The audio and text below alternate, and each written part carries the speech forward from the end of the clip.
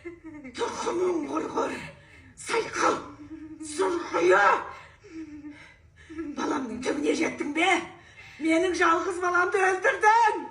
Ей, сұрқия, жалғызымды өлтірдің. Апа, мен өлтірген жоқпын. Балаңыз өзі осы шешімді қабылдады, апа. Өшірініңді. Жолама маған. Жолама! Жолама! Неменеге, апа? Айтыңызшы. Не үшін мені жек көресіз? Қай қылығым үшін мені жек көресіз? Мен келін болып келгелі бері сіз мені қабылдағыңыз келген жоқ, апа. Жетім болғаным үшін де кішкентайымнан әркімнен бір қорлық көріп, көрмегенді көріп, бірақ сіздің балаңызды сүйіп, сізді құрметтеп, айтқаныңызды істедім ғой, апа.